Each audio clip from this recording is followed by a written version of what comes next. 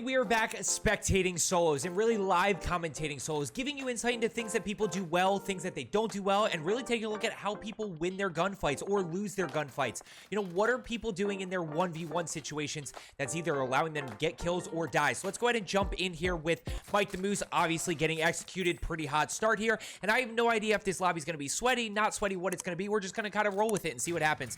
Now we're picking this up with CupppaJoe, level 200, YYing a little bit, which YYing does absolutely nothing for you unless you are picking up a gun. If you're picking up a gun, it allows you to skip the animation of it getting loaded. But in terms of running around and seeing people YYing, it does absolutely nothing for you. Now I hear glass over to the right. There's obviously shooting in Grandma's house here. So as you approach this, you want to anticipate. He's going to go ahead and get loaded down. Oh, he's not. There's no buy station, which is unfortunate. The Blixen, by the way, is incredible. I need to be doing, or I'm going to be doing a video on it very soon. Good anticipation right there around the corner, and still one right below. Yeah, right in the corner. And notice he's playing back and forth. He's catching quick peeks of that person, trying to get a sense of what they're doing. Yep, right in front. And now he's out. He's definitely a better player. He's using movement in that situation. He realizes he doesn't have the advantage, so he's out. It's something I think a lot of you need to work on.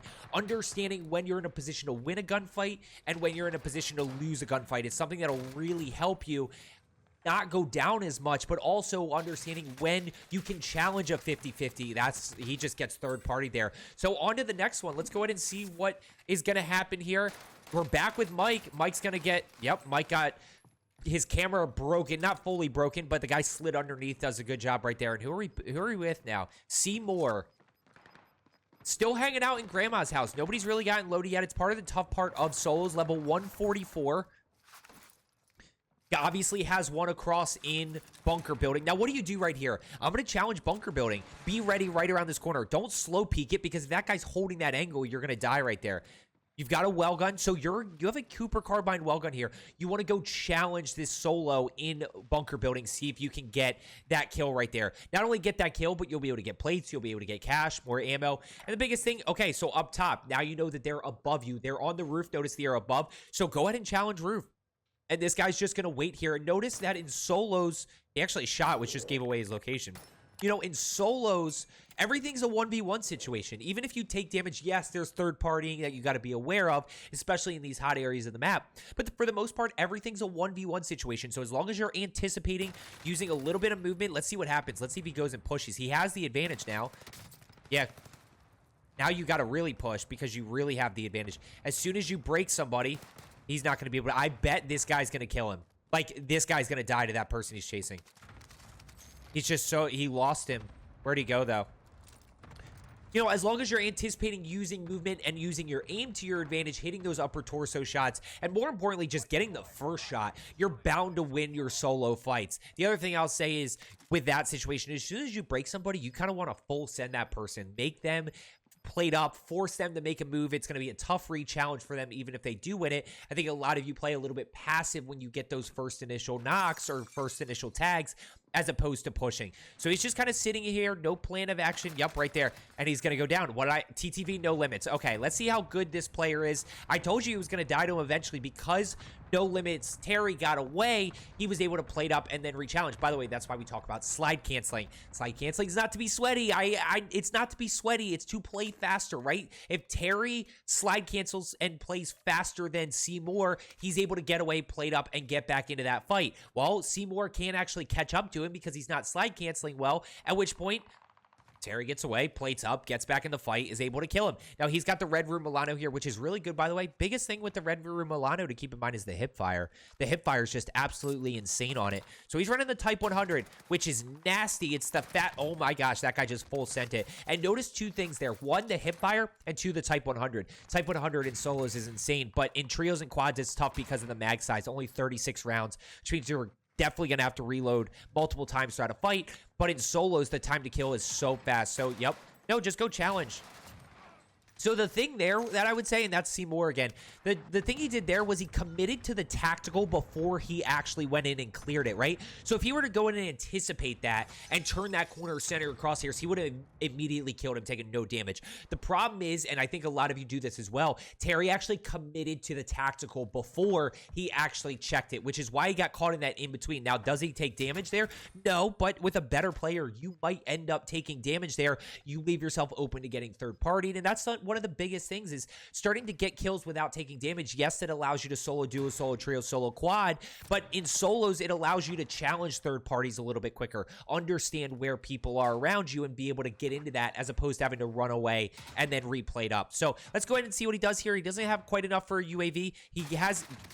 Notice that time the centering was really good. By the way, that's Mike again. Mike absolutely got destroyed by the Type 100. But notice the centering right there. Perfectly centered around that corner. Did a really good job. I also heard some doors either above or below. The audio's gotten better. It's still a little, it can still be a little bit tough sometimes. So how do we use audio? I think I'm going to do a full video on this. Type 100 again. I'm going to do a full video on this soon, but at the end of the day, the biggest thing is you got to clear it. So, you know, you hear people in stairwells, you go clear that area. You're not relying on audio. You're relying on audio to get the information that somebody's around you, and then you have to go clear it. I don't know what he just did. Good movement there. Good movement. Absolutely good movement. Uses a little bit of jump. That's the danger of drop shotting right there. By the way, if you are looking to get better at Rebirth, just consider hitting that subscribe button. My whole goal is just to help. Oh my, he's absolutely frying. He's got 13. This guy's really good. Let's keep rolling. My whole goal is just to help people get better at Rebirth. Another one. Can I please finish what I'm saying about telling people to subscribe? He's got 2 people on him. He's going to run out. Type 100, 36 rounds. Obviously, a really tough spot there. My whole goal is just to help people get better at Rebirth. So if you are looking to get better, just consider hitting that subscribe button down below. And I do videos every single day. I live stream on YouTube 4 days a week. So if you want to know when I'm posting and going live, make sure you turn on that notification bell. Okay, we're in here. Kneel down, level 339. We've got an STG right here. And going back, this guy's got 13 as well. Although this is weird because he's just chilling here. He has no plate, so he's in a tough spot. But that Type 100, now he's going to go act on information. No, go grab the plates and then go. Why would you commit to... You have a satchel right there. You see the danger of the Type 100 with the low magazine right around the corner. Yeah, he's over there. You just don't have any plates. Grab stims maybe.